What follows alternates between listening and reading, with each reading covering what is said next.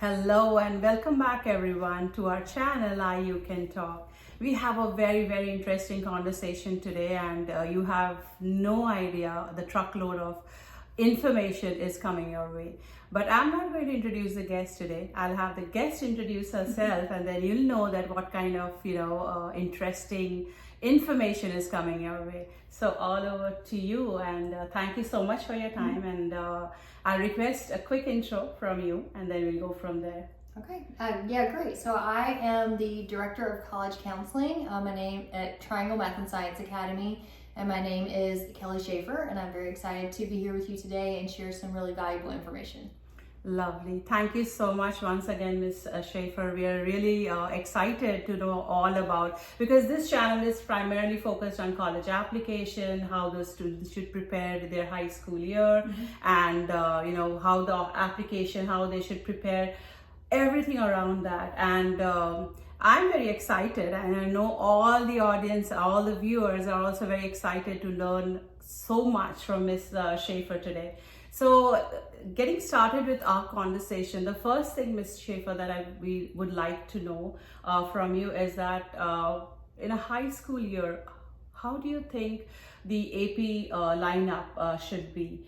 Students, should they have too many of APs, or how should the lineup of APs should be? So in terms of how many AP courses, which stands for Advanced Placement, how many AP courses a student should take really varies widely from student to student. So it really depends on the student and how strong of a student they are. But a student should be really challenging themselves and taking the toughest courses that they themselves can handle. There's no minimum number or maximum number. Some students can handle a very high number of AP courses, and some students cannot, because if the challenge is taking the right amount of courses that are challenging you, but not making poor grades. So if a student takes on too much and then it actually lowers their grades, that's not beneficial to the student at all. We're always really worried about a student's mental health as well. And so if it's stressing a student out or causing anxiety, perhaps that is too much. Having said that, I have some students that can handle almost a full load of AP courses in a given year, and they handle it very well. So it really varies widely from student to student. Yeah, that's a very valuable suggestion and guidance, because it all depends on you, how much you can handle, how much you can have on your plate. And as one of the students, Samanvi, had said that, try to balance it out with, tougher courses and, courses which are not that very tough. So going on those lines, do you have any suggestion or guidance as to particular AP subject that you should have, that will speak volume about you when you are, kind of going with your college application? Is there a particular, I know all the APs are tough, that's the reason they are AP, but do you think there is one particular subject that might help you to kind of speak volume about you to the admission office? So I think that's kind of a twofold question. So one, I am a big fan of both AP language and AP literature, because no matter what your major is going to be in college, you will be writing and reading extensively. So even if you're more of a STEM student, you will still be reading and writing a lot in college. And so those courses will prepare you extremely well for the rigor of college life. The second piece of that is pursuing AP subjects if you have a career field you're currently interested in. Making sure you're looking at what classes are going to be required for you in college for that particular major, and then if possible lining up AP courses. And so two examples are a student maybe that is interested in being an engineer, then they definitely in high school should take calculus, they definitely in high school should take physics. And then another example of a student's interested possibly in a health career, if possible they should take both AP chemistry and AP biology. So and that will help prepare you for that career, open up doors for that career, but also let you know if that should be a career you should be pursuing. If you struggle in those courses at the high school level, then it might be time to consider a different college major. Absolutely, that's a brilliant piece of guidance Ms. Schaeffer has shared with us, that if you have made your mind of which career that you want to go, then your APs have to be lined up accordingly. But in case you have not, you are not very sure on your career, or you're struggling, you don't want, bad grades at the end of the day. So that kind of gets us a clue of our next question on the GPA. Yes. So you just mentioned that you don't want crowd yourself and then not have good grades, and then your GPA is not good. So Yes. throw some light on what you feel and what you think about it. We all know that it's very important. That's very pivotal. That's where prereq for many of the applications. So throw some 2 minutes on the GPA, and in case if it is not that good, then what should the student do to kind of come to the mark? Yeah, so GPA and your overall grades are absolutely the number one most important thing. Every year, the National Association for College Admissions Counselors, they survey all the colleges across the country, and every year both the courses you've taken as well as how challenging the courses you have taken are the number one thing. They're more than important, 2 to 3 times more important than anything else on the application. So that is definitely the student's first priority. So as we mentioned before, you definitely want to challenge yourself. You want to have a rigorous course of study, but you don't want to push yourself too far that impacts your grades.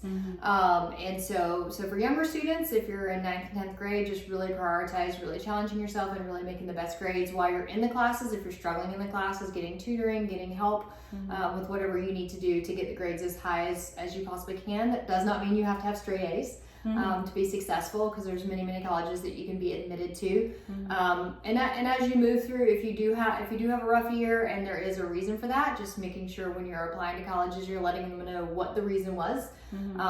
Also, they look at trends, and so maybe you started high school in 9th grade and 9th grade was tough, but then you had a good 10th grade and you had an even better 11th grade. That can really help you. So they will look at an upward trend or trajectory in your grades, and that can really help you in the college admissions process. And then just to kind of tag onto that is rank. And rank is how your GPA measures up to your peers in your class. Do you have a higher GPA than your peers? Do you have a lower GPA? And kind of how do you compare? That is actually not a very important criteria anymore for colleges. I would say the large public colleges probably look at it the most. But many high schools across the country have actually moved away from ranking their students. And especially depending on the size of your school, if you happen to attend a smaller school, rank is just really not that important. They're just going to be looking at the transcript itself, looking specifically at the classes you have taken, and specifically the grades you have made in those classes. Wow. Brilliant. Yeah. So, we have all the guidance that in case, your GPAs are not that good, make sure in your high school year you are showing an upward trend. Of course, 9th grade can be wherein you might have some reasons that you couldn't fare that well, but you should always have an upward trend. And and then you said that the ranks are not that important anymore for many colleges. So so that was a brilliant guidance. So once we have now touched point on the AP subjects, the GPA. Now the next thing that comes when we are discussing so deeply on how much you should load and take in your plate. Tell us something about what do you feel on the ACT and SAT? What is your take on that? Because we know that few colleges don't, that doesn't matter to them anymore, but few colleges still it is. Sure. So what is your thoughts on that? So testing is very important. Testing it's not as important as the grades. The grades are still going to be the most important thing, but testing is still pretty important. So about approximately 85 to 90% of the colleges in the country are still currently what's called test optional. And what that means is testing is not technically required, and if a student chooses not to submit a test score, they will evaluate the application without the test score. The problem is that it varies from school to school. Some schools are truly test optional and they will not penalize a student for not having a test score there. There are other schools that really, they would prefer to see a test score, and the last couple of years we're seeing a movement of more and more schools starting to require testing again. So what I always tell my younger students, grades 9, 10, and 11, what you want to do is you definitely want to take multiple SAT or ACT by the end of your junior year. I recommend at least 3 total tests between the SAT and ACT. Put as much time and energy as you can into test prep, depending on your budget and what it allows and your time to prep. But definitely spend some time doing some preparation for the test itself. And do the best you possibly can on the test. And then in your senior year, when you're sitting with your counselor, if at that point you are not happy with your test score and you do not feel like it reflects you, then at that point, if the school is test optional, you can choose to leave the test score off. But through your junior year, assume that the testing is required and that you're going to submit the test score, and then at that point you can make that decision senior year if your score is not high enough. And anyways, if the colleges are also not evaluating on the numbers that you've got on your, but as you mentioned, the testing is important because that challenges you and that prepares you for the bigger grind that you're getting ready after your high school.